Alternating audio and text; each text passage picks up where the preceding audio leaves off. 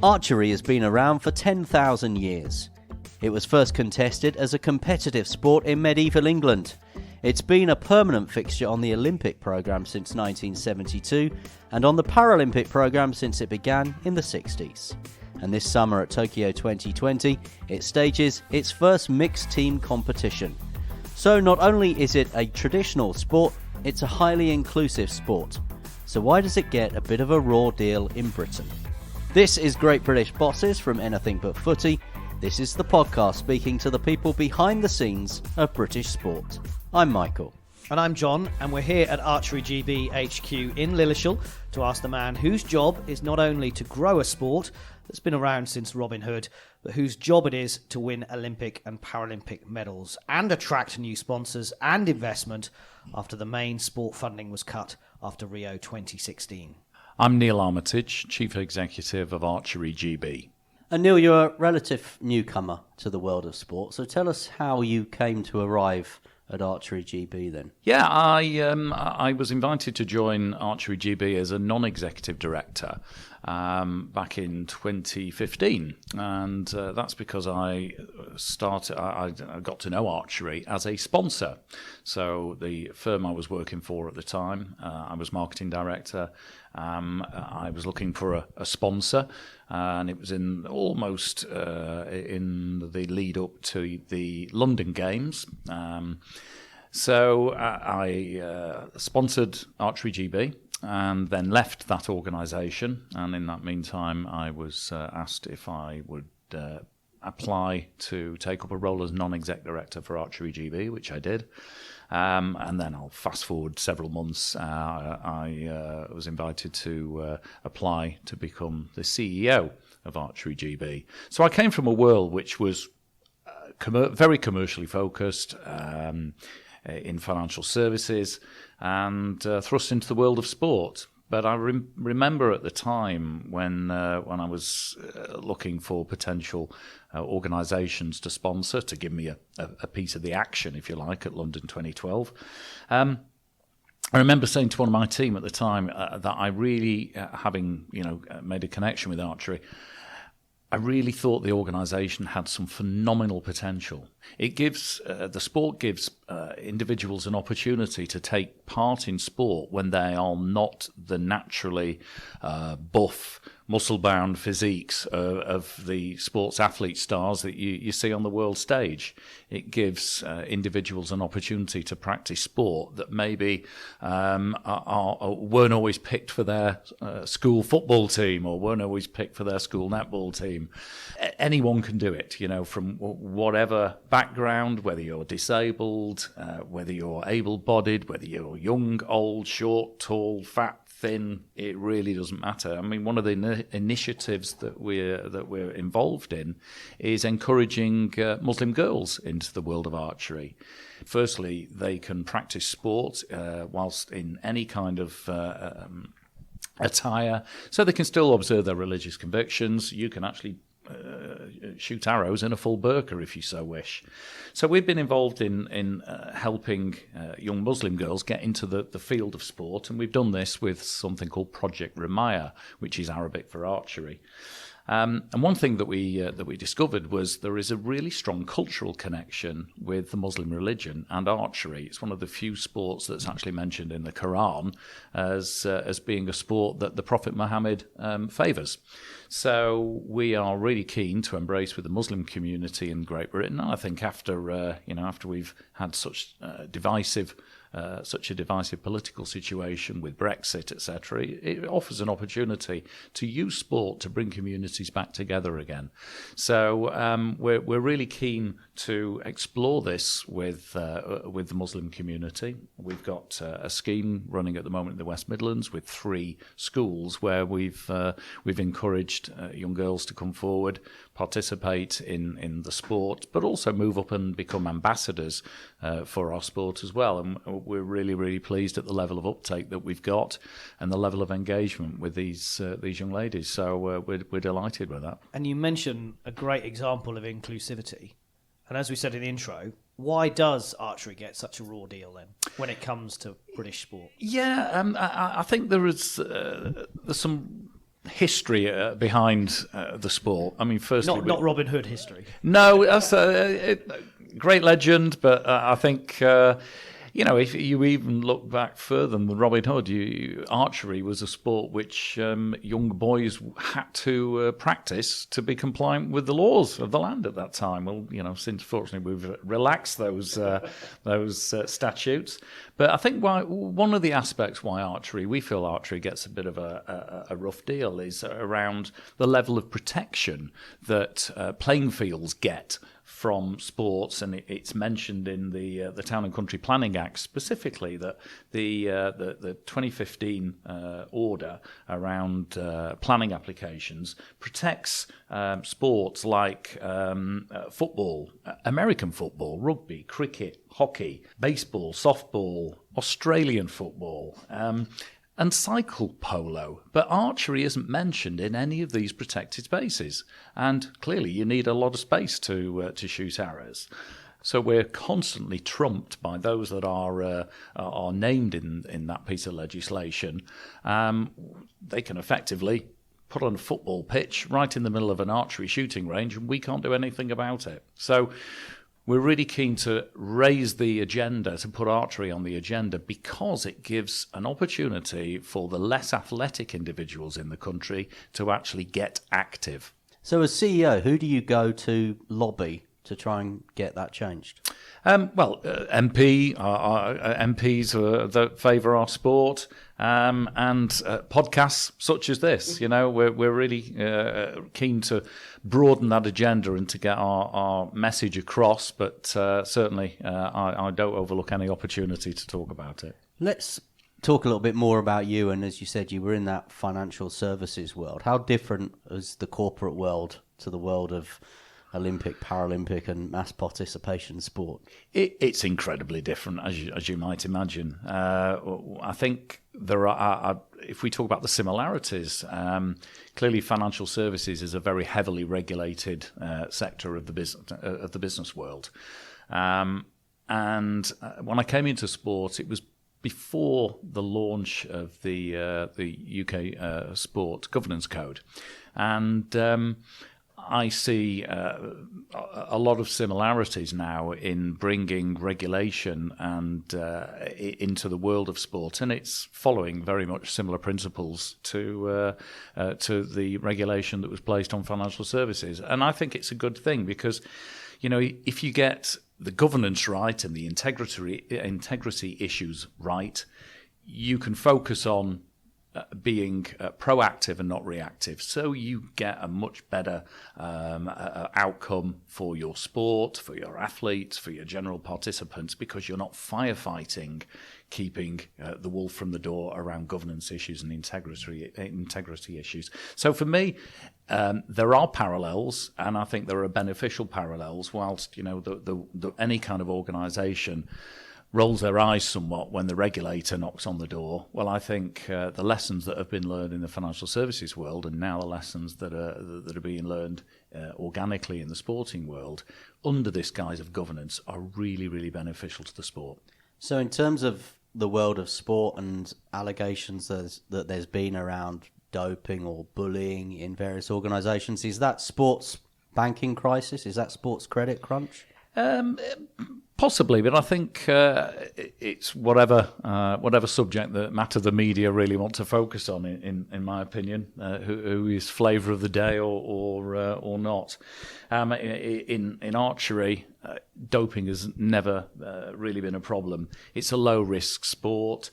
The risk doesn't come from any performance enhancing drugs and prohibited substances, but sometimes you can get inadvertent doping from taking supplements. So at Archery GB, we have a food first policy, so we'll encourage athletes to take their nutrition via actual food rather than supplements.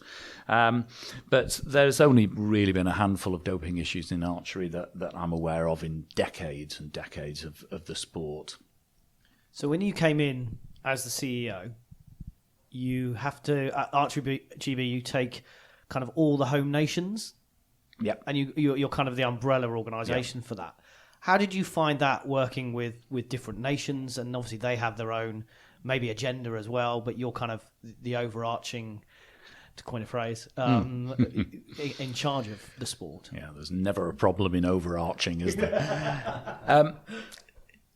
I find it incredibly engaging, to be quite honest.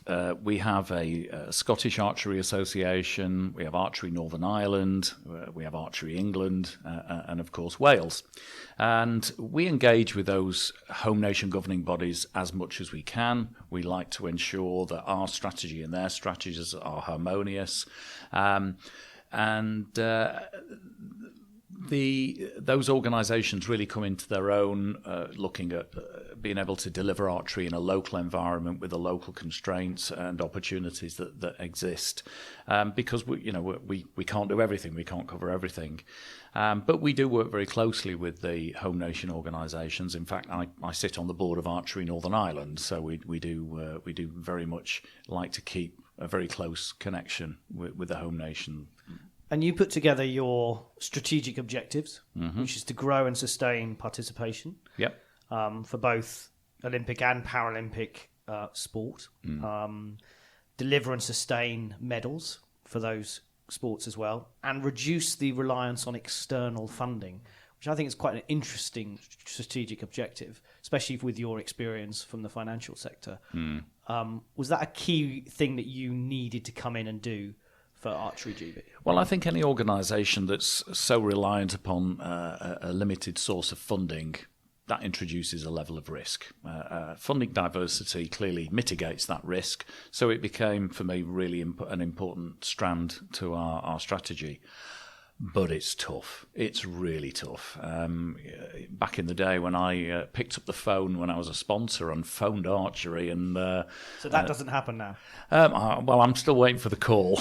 No one's rung you in the way you rang. Sadly not. No, right. Sadly not. But I think the commercial world is a real challenge. But we have to evolve. We have to evolve as a sector.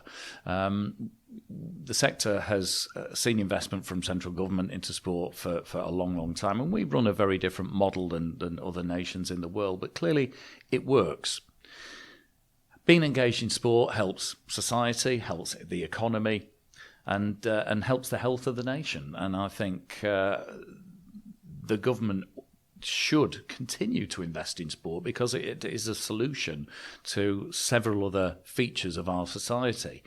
From reducing gun crime to helping youngsters gain self-confidence and be combat to mental health challenges. Sport is one of those really valuable tools, and I think that the British government has recognised that and has continued to invest. However, there are great challenges on the public purse now than ever before, so I think sports have to accommodate and be aware that there is going to be financial pressure to diversify our income streams. Do I think the government should still be investing in sport? Absolutely, yes. But I think there is a risk that the government could reduce that funding. So we need to be more fleet of foot and be able to extend our sustainability, our financial sustainability, into other spheres. So here at Archery GB, we're looking at a whole range of solutions, not necessarily just sponsorship, but gaining sponsorship is incredibly tough at the moment. The market's changed and evolved, whereas at the start of my career it was literally bums on seats, eyes on adverts and brand mentions. But now sponsorship has become much more sophisticated, and brands want levels of engagement from fans and level of engagement from participants rather than just a finite number.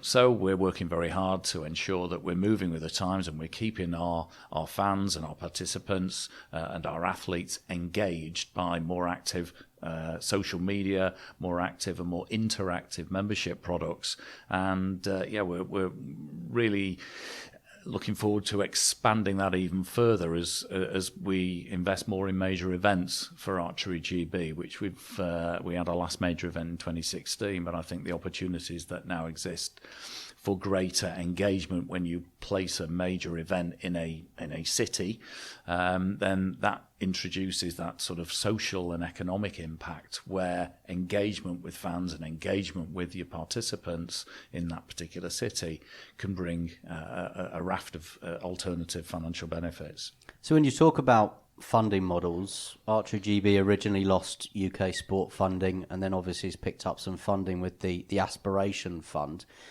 Do you think the model in a way is set up wrong because it's too focused on medal moments and less on participation in sports like basketball, badminton and your own sport? Yeah, it's a conundrum. There'll always be this conundrum with mass participation versus funding for getting medal success. But I think both aspects have inspirational moments within their specific audiences. Clearly, medals being won at major multi-sport events like the Olympics and the Commonwealth Games are phenomenally positive for those in the sport and can attract and introduce the sport to those that don't necessarily see that a smaller sport, a minority sport on the TV. So generally after a games or after a big international event which features an archery nation, we do generally see an uplift in participation. So there is a link. Should the funding be separated? I don't think so. I think the funding model works reasonably well at the moment. We've had our ups and downs. And I think one of the biggest challenges, obviously, as you mentioned, when we lost our Olympic funding, but I think it was around a little bit of self-belief.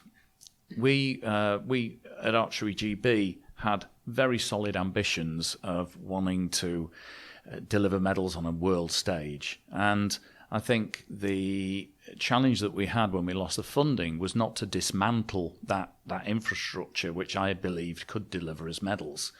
So we had to move things around financially somewhat, but I wanted to ensure that I retained the key people in that high performance structure, which fortunately we were able to do, and then set to work. Firstly, trying to ensure that we got some medal success on World Championship, World Cup finals and World Cup stages, but also keep up the lobbying. So we participated in the hashtag Every Sport Matters campaign, and I'm really grateful to individuals like Dame Catherine Granger who sat and listened, and Liz Nichol at UK Sport, formerly at UK Sport, again gave us an opportunity to speak and to talk to the individuals making those decisions about our perspective. And I think the introduction of the Medal Support Plan and the Aspirational Fund have been, tonics for us, and we're living proof that kind of funding mechanism can work. Fast forward to from when we lost the funding to June in 2019, we brought home medals from the World Championships, which helped us along the pathway to resecuring funding.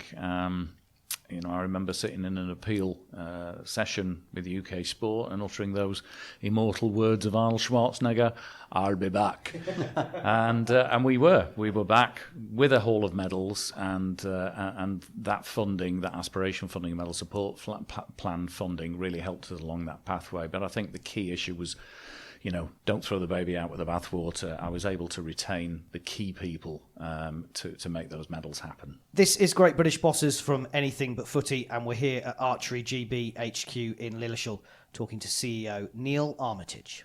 You mentioned about the World Championship medals. You won European Games medals as well with Team GB. So going into Tokyo, archery hasn't won a medal for Britain since Athens 2004. Is that pressure, or do you actually feel now in a much better place than, say, before London 2012 or 2016? Yeah. I mean, it predates me, all of these things. We are in a phenomenal position this time round, because I think the way that we dealt with the funding, the loss of funding in 2016. And then we started on the pathway. We won World Championships medals in 2017, and in 2019, so only last year, at the World Championships, we won for the Olympics a full set of quota places. Now, that hasn't been done by a non-Asian archery nation since I can't find any records thereof. So we are in a really strong position. We've got a good squad of male, female athletes going forward. We've got an increased and enhanced medal opportunity because we've now seen a mixed team event, which is going to feature for the first time in archery in Tokyo. So we've got really strong men, really strong women. We like more depth of field, so we're focusing in the next cycle on developing our pathway.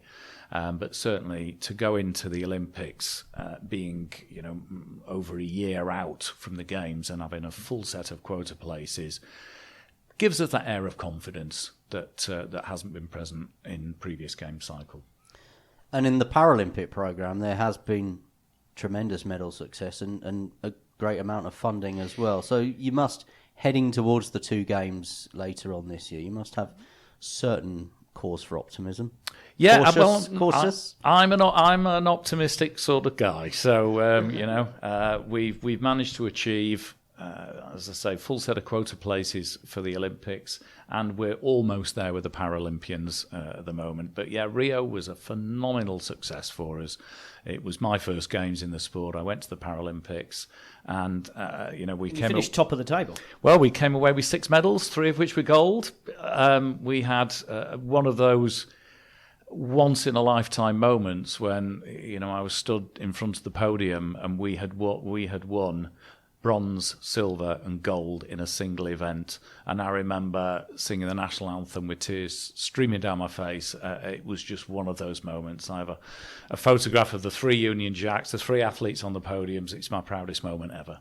So let's say the summer is successful in Tokyo, and then go back to something you mentioned earlier about bringing large events, large archery events to this country and how important that might be. How much then is it going to disappoint you as a sport that's based in the Midlands that you can't then go to Birmingham and the Commonwealth Games in 2022 and harness all that excitement and those potential medals you've won and do it in some iconic West Midlands-based venue?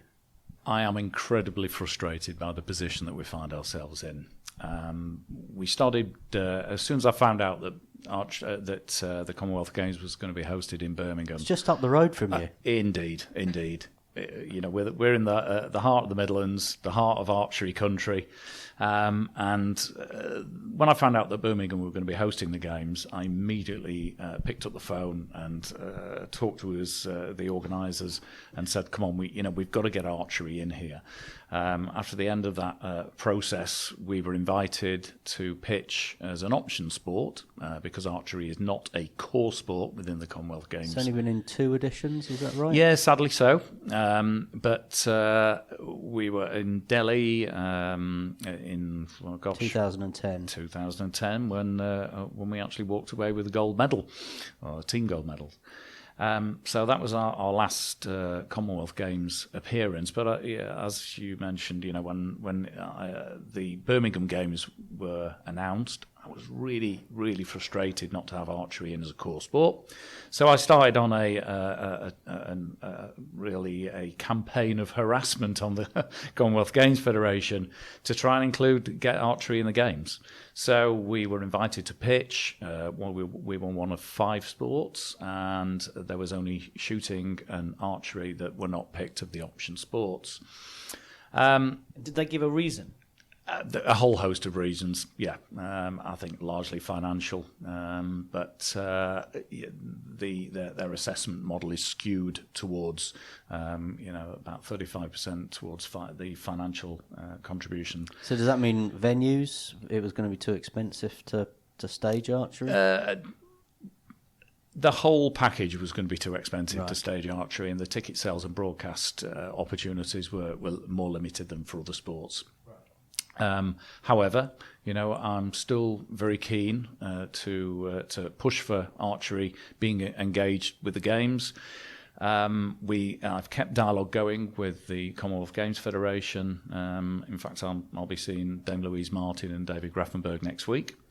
I'm keeping pressure on the Minister for Sport, whoever he or she is right now, I'm not quite sure. But certainly Nigel Adams was helpful, I think, in triggering a number of conversations. But I think particularly the features of archery and the connection to the West Midlands are incredibly strong. Firstly, we're here. We're at Lillishall in the Midlands. Secondly, we've got Birmingham with a population of 22% of Muslims, and we have a sport which is phenomenally well connected culturally to the Muslim community. So for me, there's an opportunity for a real good, positive social impact, particularly in a post-Brexit Britain when we need some unification, opportunities to unify communities across Britain, and sport is a great opportunity, and in particular, archery in the West Midlands would be an incredibly positive move to help bring those communities together. I'm not giving up. We're still. What could happen though? Will they turn around and go, actually, Neil, you're right, we need to have it in the games? Or potentially like shooting, talking about having their own event anyway. Well, archery is including in the shooting proposition. So the proposition is that the archery and shooting events take place in India in the month of March, I think, prior to the Games. That's the proposal that's on the table. I know the CGF are meeting about it and discussing it either this week or next week. I think it's unlikely that move will change. And to be quite honest, having the support of another country bailing the British government out, I think it's a positive outcome for the sport in general. I don't think it's particularly positive for Archery GB. We'd certainly want an opportunity for all of the home nations for archery to showcase their sport and their prowess on home turf. It's a once-in-a-career opportunity to have those home games.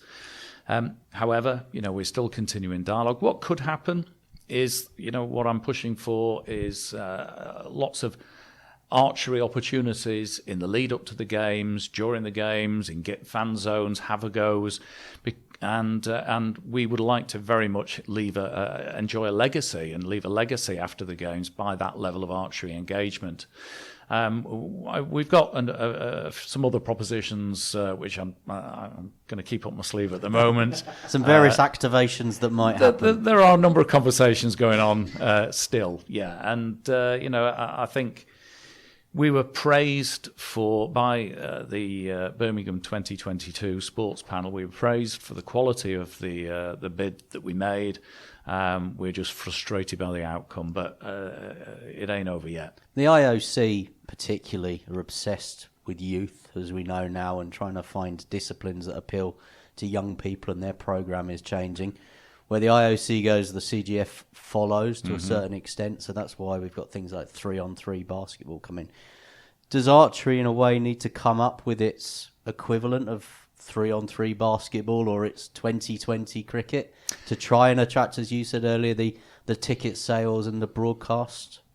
Well, we have a competition format which is a head-to-head. And if you're looking at 3 people teams, 3 men or 3 women, or indeed mixed, if you're looking at the team sport, then it's really edge of your seat stuff, because the athletes have to fire arrows in a really short space of time. So they have to be absolutely ready to step up to the line, load their arrows, shoot them off. If one archer takes too long, then they're robbing their teammates of the luxury of some time. So for me, it's quite a compelling and interesting and exciting thing to watch. I mean, it's very much, look at the popularity of darts on the TV now. Well, archery is like very, very fast darts, like 150 mile an hour darts. Well, you think, how much coverage a woman playing in the darts got in January, and you, as I said earlier, you're a sport that allows men and women to play together, compete together, now in a team in the Olympics. Sometimes it just beggars belief, the decisions that get made. Absolutely. I completely agree with you. We're frustrated by it, but, we're doing something about it. We're ensuring that we have, for example, we've got an ambition, which we've hit, to have equal number of judges from both genders. We're aiming to have an equal number of coaches, being gender equal, and I certainly would like the membership of Archery GB to reflect that population mix, both gender and ethnicity, of that of the whole of the UK.